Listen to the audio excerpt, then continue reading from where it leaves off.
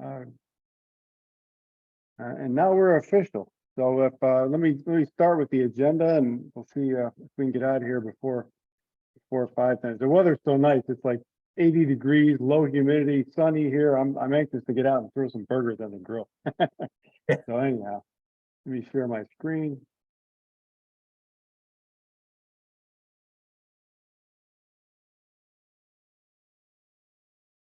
There we go. Get this out of the way. Okay, we had a little discussion about the FT8 and stuff last week. A couple of things got done there. We'll take a look at our numbers in a minute. I started to do a little bit of work just today on the Central South American participation, and maybe we can get an update from Jay on the document, the requirements document, and then our usual thing, our PR documents. A couple of things I've done to the website, and other things that are going on. Is there anything that anybody wants to add specifically? Rob, you said you've got some input on the South American thing, right? Yes, I do have two sites that I'm helping to bring up. So okay, I'll get to you in a minute on that. Yeah, I'd like to hear more about that. Is there anything else? All right. Let's knock the first couple off because they're only going to take about a minute. Whoops, where'd that come from? FT8, we were talking last week about Cabrillo files and a couple other different topics with FT8. Make a long story short, I learned today that I still have and currently have the latest and greatest WSJT software on my computer. The contests that are set up for FT8 do not match the format we need for the SEQP. For instance, the ARL digital contest this weekend only requires an exchange of grid square, but not signal report. So that won't help us. And if you're not using one of those contest modes, FT8 does not generate a Cabrillo file. So that doesn't help us. The good news is last year we got a commitment from Bruce Horton, WA7BNM, that he's going to change his, update his website so that he can include and people can upload ADIF formatted files. So the FT8 operators will be able to operate normal plain Jane FT4, FT8, whatever they'd like during the SEQP. They can create an ADIF file and they'll be able to upload it and get their score and everything else for the SEQP. So I think we're in pretty good shape there. Any questions on that? Hey, just one thing, Gary. What probably need to get instructions without going into depth. Normally, a lot of people don't provide the grid square, so we'll just need to get that squared away. Okay, so that'll be something we'll have to put in the rules that because to me it seems like an FT8 that was kind of a default. Like when you call CQ, it's you're calling your grid square. Yeah, people do it to speed up the transmissions. Okay, I will take a look at that. Thank you. Sure. And make sure that's noted in the rules. Maybe I'll do a sample screenshot of where to do that. That's probably a good idea. All right, excellent. Okay, good. The other thing is I took your suggestion and contacted the FT8 DMC group just this afternoon. There's an awards manager, Fawaz, I think his name is. San Francisco. And we'll see if they take us up on the offer to create some awards. All night long. Well, yeah. Yeah, the whole thing's anything. To make sure that. Well, Somebody's on the phone. oh, sorry, Jim. I think I muted you by accident, Jim. Sorry about that.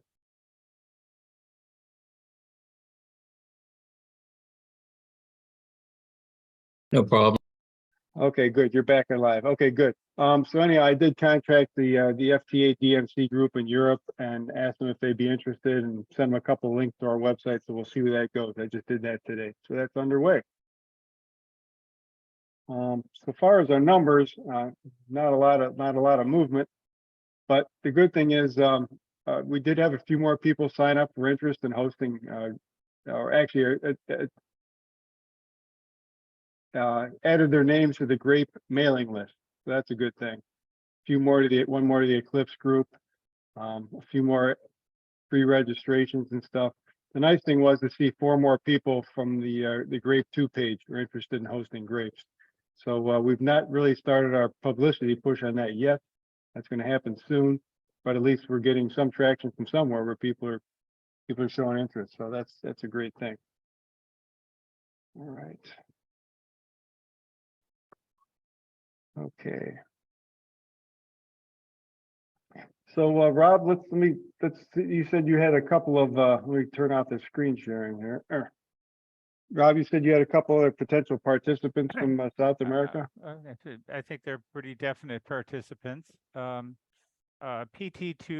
FHC, Fernando Cabrillo in Brasilia, has a site that's up. He has 3 Kiwis. I'm shipping him. He purchased through me a mini Bogner, so he's going to modify his Kiwis so they will be GPS disciplined.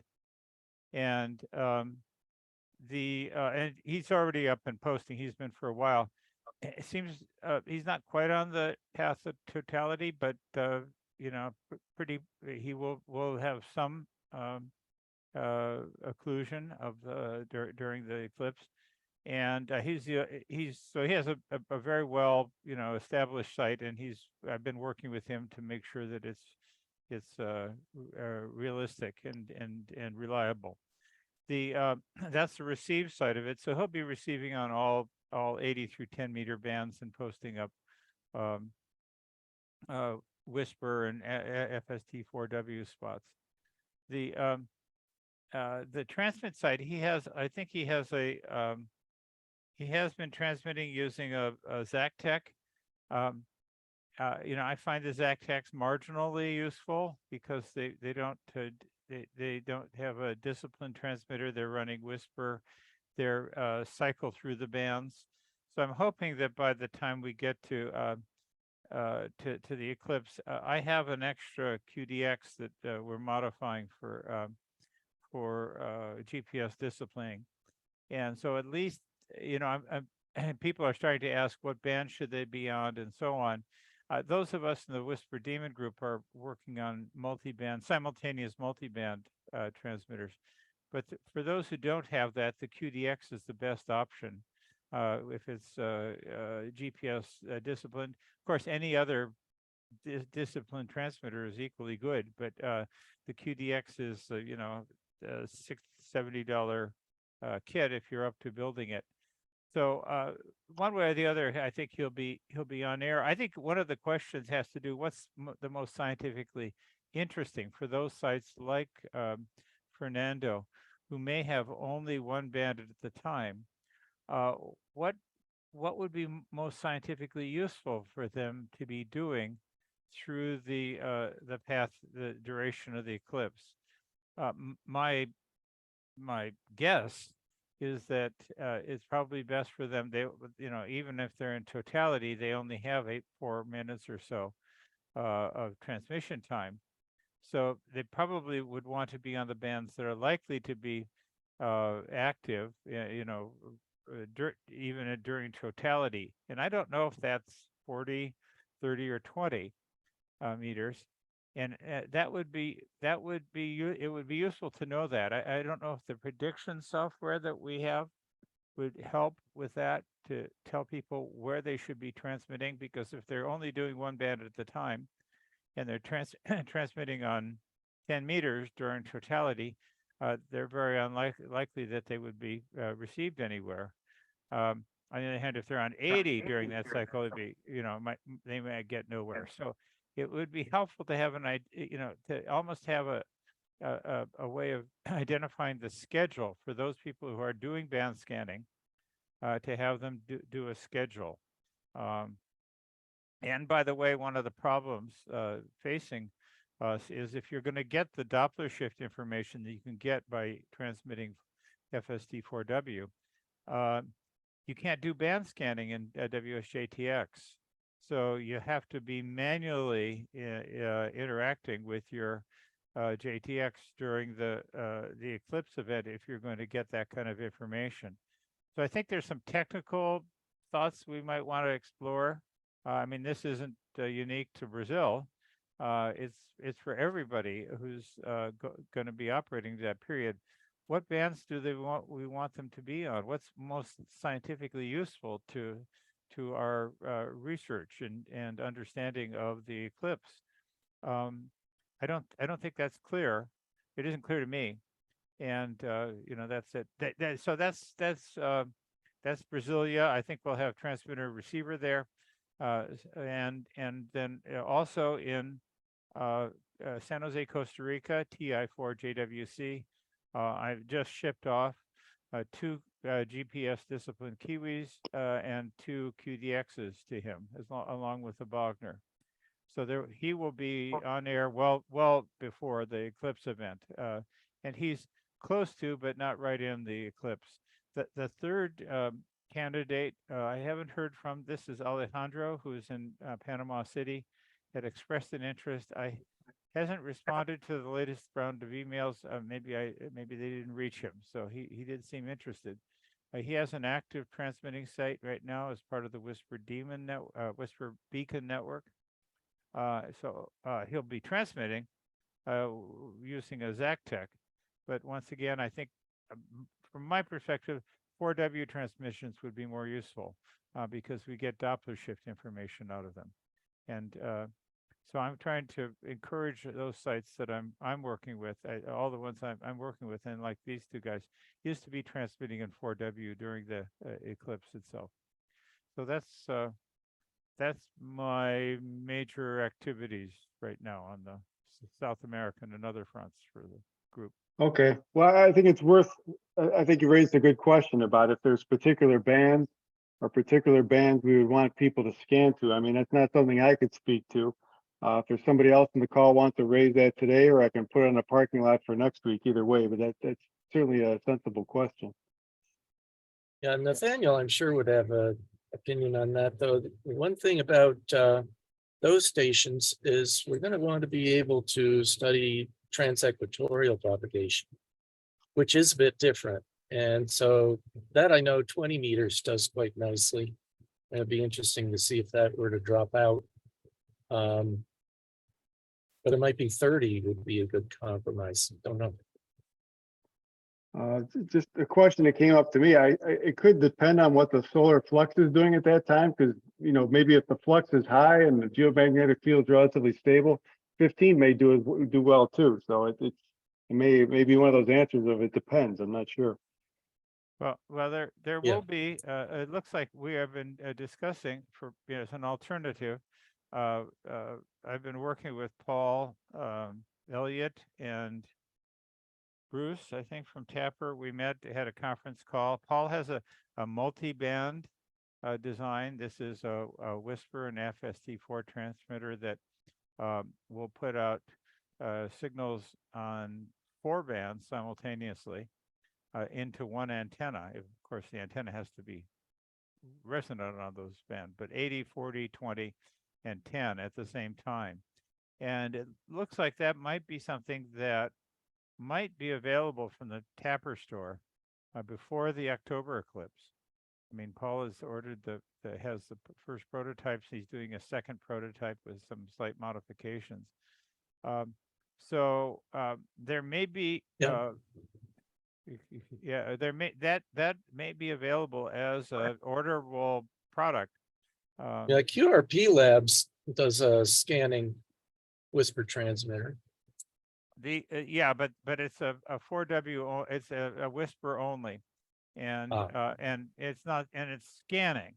This is simultaneous, so we wouldn't have to make you wouldn't have to make a choice between, a 40 and 20 or 10. You'd have them all, given that you had a trap vertical or an end fed. You'll have them all on air on every Whisper cycle, so that you don't have to make the prediction of estimation of what is happening. You can actually just do it.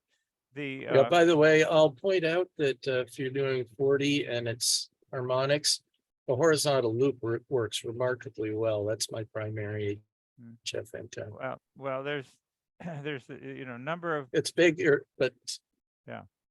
But I get a lot of transequatorial stuff on that antenna. That's why I know about it.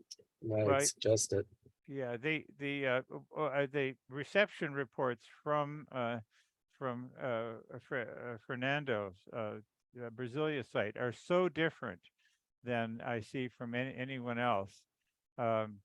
He receives, mostly on 20 meters and above.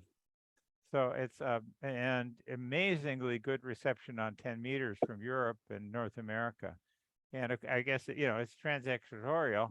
And but he's really the only site in the Western Hemisphere that's really doing a good job of receiving down there right now.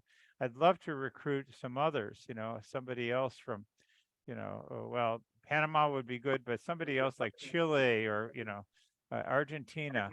So it's a lot of work, though. I mean, I've spent weeks working with Fernando getting his receive site up and running reliably. So it's not, getting a good receive site running is a multi-week project. And I don't know how many of them I have the time to do before you first have to recruit them, and then you have to kind of walk them through here's how you really receive whisper spots and how you actually get them to be scientifically useful. And that's a long process. So I don't know how many more I can do. It would be great to have somebody from South Africa. There's virtually no reception now. It's not particularly relevant for the eclipse, although I guess in the end, kind of the tail end of the eclipse heads for Africa. But it would be good to have somebody down there for not just for eclipse purposes.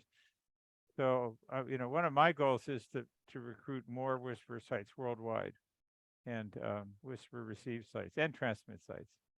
And Well, along those lines, I did today contact Angel WP3R, who at a long time was a manager down there at Arecibo. And ironically, I probably, that's a long story, probably interacted with when I was an undergraduate back at Case 30, almost 40 years ago. But anyhow, Nathaniel had talked to him during the Hamvention, and I gave him some ideas and some thoughts about getting South American participation levels up. Mackenzie's had some ideas too. So in the short term, we obviously want to bring people on board for the next couple of eclipses. But if you never know, if you contact 100 people, 2 or 3 or 4 may get involved in the whisper and the FST thing, and that may pay some long-term dividends. So I think that's one of the advantages, I think, of reaching out and spreading our geographic interest a little bit in the long term as well. Yeah, I talked to Angel as well at Hamvention, and it was interesting to hear. I don't know how much longer he's director of the observatory, but he says he is the spectrum manager and will be staying on as that. So he's not going anywhere. If I could quickly, Rob, what were the call signs of the people that you're working with? Fernando is PT2FHC. Okay. And John Clark, American expat, is TI4JWC. And Alejandro, I have to look it up. I don't know him. I just exchanged emails with him. Very good. Thank you. Yeah, those are the. Okay, so so definitely a lot of interest in things south of the continental 48 states. So that's good. That's good. Yeah, but we don't have. I don't know that we have any good sites in Texas right now, which surprises me. Does anybody plan to go down there and operate a site? I think, as I recall, I know astronomers are going down there, but I don't know about hams. Yeah. This is John, KA4RXP. I'm going to be traveling down there to Corpus Christi, and I'll be set up portable. Yeah. Good. And what do you plan to be doing? I mean, what kind of a setup are you planning? Well, I'm going to bring a Barrett 4050 and a multi-tune auto-tune vertical. So at this point, I can do the FST, or I can just set the frequency at 9999.9 and see what happens on WWV for an hour before and then during and then an hour after. I do agree that ironically, Texas is a place we need to reach out to. I just took a look at the 40 or so people who've kind of pre-registered and shown interest in the Grape 1, Grape 2, some of those projects, and there's only one station from Texas, so I think we need to fire up the Longhorns down there and see what we can do. Pat's laughing. Load up the Well, steers. I can bring a grape and just a mag mounted vertical for 20 meters and use it also. The Barrett has a disciplined USB or GPS time signal on it, so Go over and Uh, see if you try to print it. momentarily. Okay. It's just finishing the velocity. so that's part of the equipment that I can bring if I have the grape.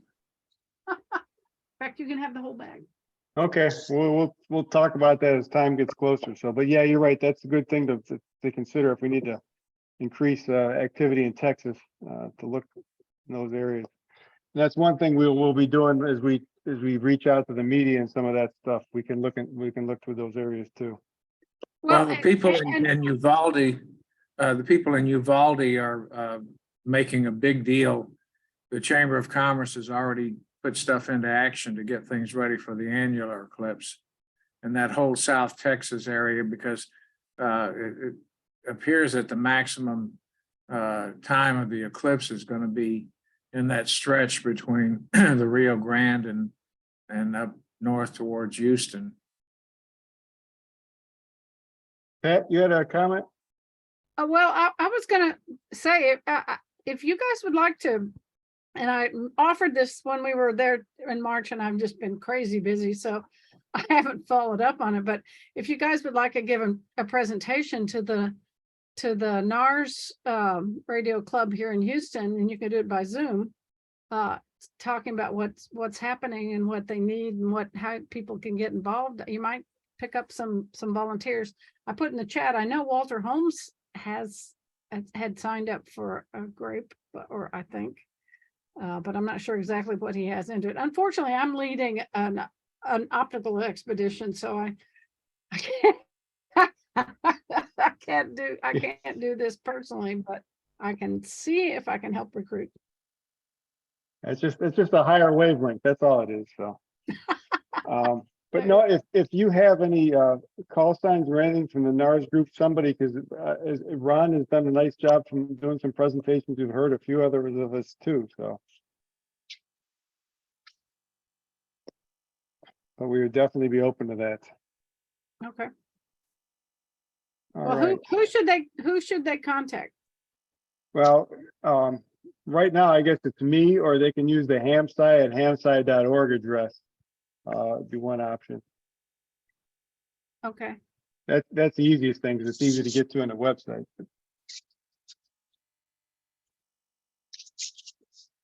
Okay, let me make a note. Yeah, after that Hamsire meeting, I went to Australia to do some polarized imaging of the Australian eclipse, and which was exciting and a lot of fun, but boy, busy. I'm jealous. I've never been down under. It's on my list. You want to see my picture? Sure. Let me pull it up.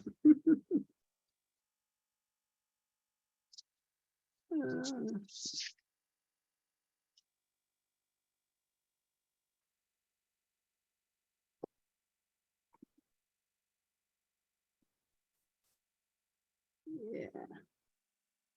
So this is our not leave meeting, share screen. Where we go?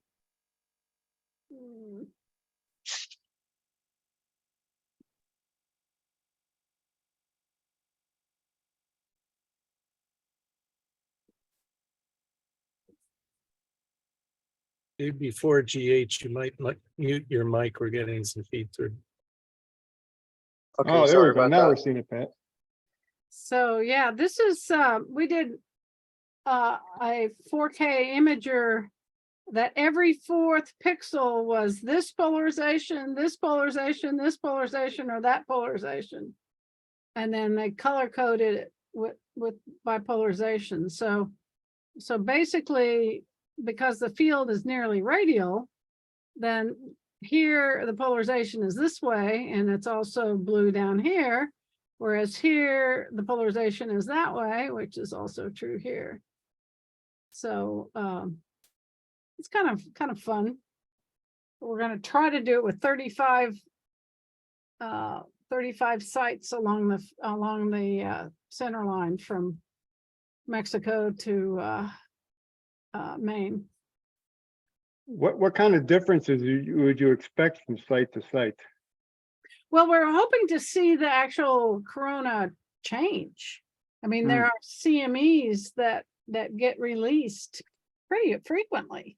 And so if we're lucky, a CME will be released during that 1 hour that the shadow traverses. Okay, that makes sense. And by the polarization, we can get some of the depth information out of, because normally the corona is just a integral along your line of sight, but because the different polarizations might be at different depths, then hopefully you can get some of that out. I'm not one of the scientist analysis types. I'm the boots on the ground kind of person. Hey, Pat, Yeah. can you explain to me what you mean when you say to get a better realization of the depth?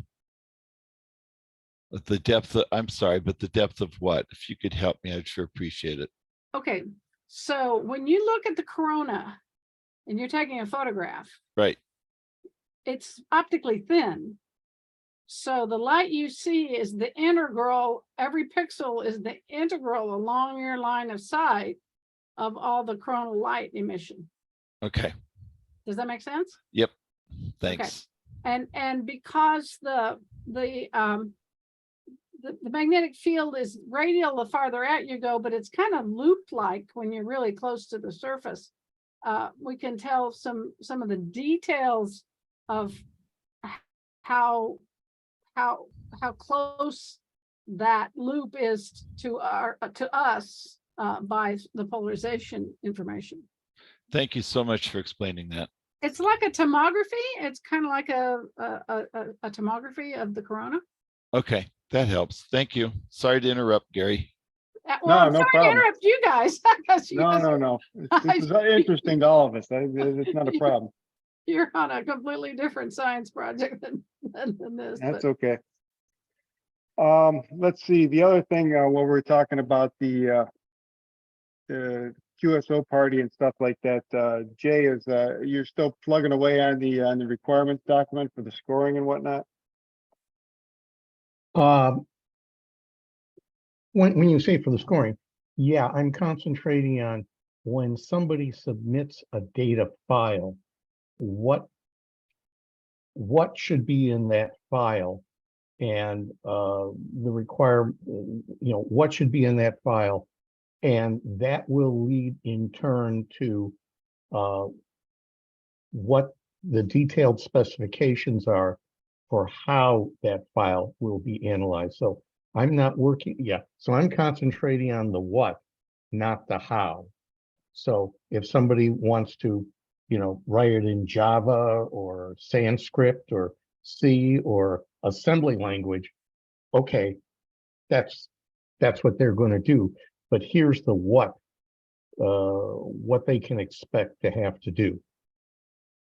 So for version 1.0 of my document, that's what I'm concentrating on. And I've been working on that all day today, and keep working on it. So that's where I'm headed for the moment. I'm also using it. I'm also using a very, very, very brief explanation, not explanation, but in the V model, the standard software V model, of where in the standard V model my work falls, so that somebody can say, well, they can visualize it. So that's what I'm working on. Literally, I've got the file open right now, and crunching on it this afternoon, and we'll continue to be crunching on it for a little while longer today. Okay, very good. I'm glad. Thanks for making progress on that. Yeah, and also thank you for sending along those templates. I thank you for sending along templates. I'm not using it exactly, but it still gave me a very good starting point of where to go. So I found it very, very useful. Thank you. Okay. See what's up next on the agenda. A couple of things. I made a few minor changes to the website. Some from suggestions were made here. Let's see if I can get there. Hopefully you're seeing the Hamsci website now. This map on the Get Involved page, the title was confusing. And I since learned that this map was participants from the various solar eclipse events, mostly that Dr. Christina Collins had put together. And these are obviously volunteer contributions, but I also clarified the map is really a sample of the past contributors, potentially from 2017 to last May, I think was the last event. And there were I don't people suppose you can change the legend on the map itself. Yeah, that's under Christina's control, so I haven't. Okay, Yeah, and I figured that now that at least we got this clarified, I want to kind of leave it alone because we got a lot of other things to worry about for the moment. So let's see. The other thing is real minor. I finally broke out the Grape Personal Space Weather Station as one of the events under our Festivals of Eclipse Ionospheric Science. We've got our contest, our TDOA research event. Now we've got the Grape, the Doppler experiments, and eventually we'll add in the AM and the VLF and whatever it comes up next. So that should be a little cleaner to drive people there. Let's see. What was next? On the social media side of things, I know Mackenzie had to step out probably to get back to class or do some homework or something like that. I've been working on building a Grape one myself. I've been taking a series of photographs, and she's going to put together a little bit of a compendium and post that on the Hamsci Facebook site. So after for the followers we do have, maybe we'll get some interest in the grapes from that. So I appreciate her help on that. We already talked about the standardized deck, which I'll send to you, Ron, and I'll send you a couple of notes with that in a few minutes. And that's about the extent of it today. Is there anything anybody else wants to bring up? Otherwise, we get to leave it early and grill burgers early. In my case, anyhow. I have Gary. I have a question. I think Gary was, before I go, Gary, was that you waving your hand? That was the other Gary. Yeah. Yep. AB4GH, was that you? Yeah, real quick, I'm in line here, CVS, just coming back from Lexington, going home. I've since emailed with Ed about some publicity for Hamsci, and I'm going to need some handouts, some of the handouts that were given, some of the graphics handouts, pamphlets, something like that. Excuse me, I apologize for that. Sorry. Of course. Hang on just a second. I'll be right back. That's the way it always works. Yep. You wait in Commercial line for break. 20 minutes. And Time for a commercial break. Yeah, I have a question about file formats. Now, I know what a Cabrillo file is. It's basically it's an ASCII text file. Right. But when somebody submits a file in data format like IQ, is there a standardized format or a file convention that describes when you have IQ data, what it should look like. Now, it may be machine readable, but still inside this file, which is not human readable, but machine readable, there's still a format that needs to be followed. So is there a name or a standard that can be referenced so that everybody, when they submit IQ data, it's still like is in the same format? So just like you have Cabrillo is a standard, you have IQ data, which meets a standard. Is there such a thing? I can't speak to it, but your question is very timely because Nick Hall-Patz wasn't available to make the call today, but I believe next Thursday, we're going to be discussing the AM reception project, and Nick's, you probably heard he and Nathaniel were talking last Thursday. They were talking about the need to receive IQ data with certain metadata behind it. And that's probably when we'll be starting to define that next Thursday. So we're getting there. Yeah. Okay. The answer is yes, there are standards. We haven't decided, as far as I know, what standard that is or whether there'll be multiple ones. I know digital RF, which comes out of Haystack, is one we would like to use, but that may not be available to all. So that clearly, does need to be defined. Can I request then that this item be put on the agenda for the next meeting, please? Yeah, absolutely. Yes, actually it already was, but I'll tag that on to the whole AM discussion. That's a very good idea, Jay. Right, because what I'm doing, There's already that issue with the grape data. It's being sent in one format. They're trying to change it over to another, but be compatible with both, presumably. right.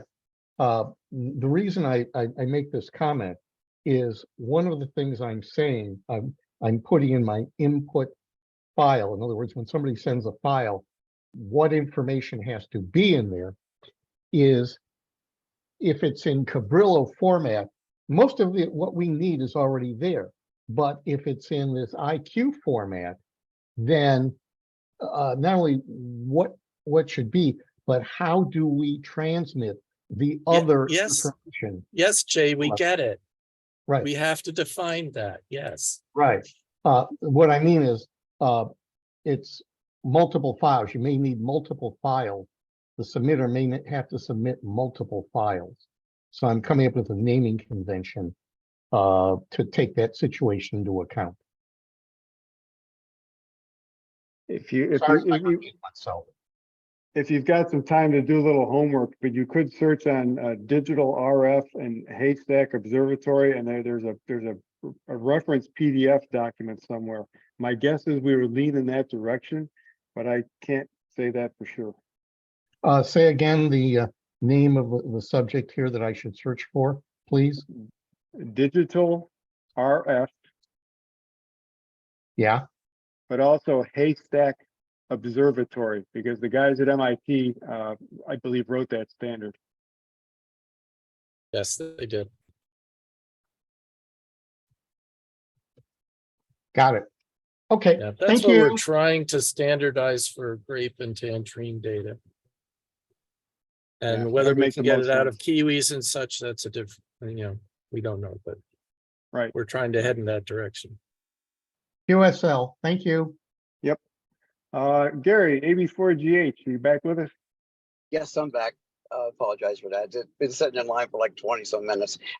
Yes, I got some positive feedback from 2 celebrities I contacted about doing a 15-second, 30-second web video that could be used and mixed in with AMSI, basically telling a little bit about what's happening and how people can become involved with it.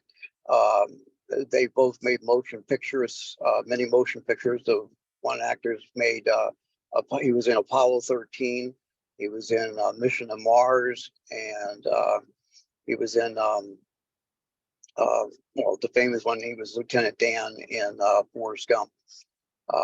So I've had a relationship with him over the past 4 years, personal relationship. But what I need is some material that can take the material that's given out to the public. And then my son is a professional script writer with the Writers Guild, and he will basically adapt it to a format for a commercial, basically. And then once he does that, I would have him come on to one of our Hamsci telecoms and present what he's got and make sure it's properly approved. And Nathan likes it, you like it, Ed likes it, everybody likes it. And if it's good to go, then it would be sent out, and the actors would basically take and make the spot, and it would be pro bono, which is good because they It's always both good, like, right? yeah, they both like doing space stuff.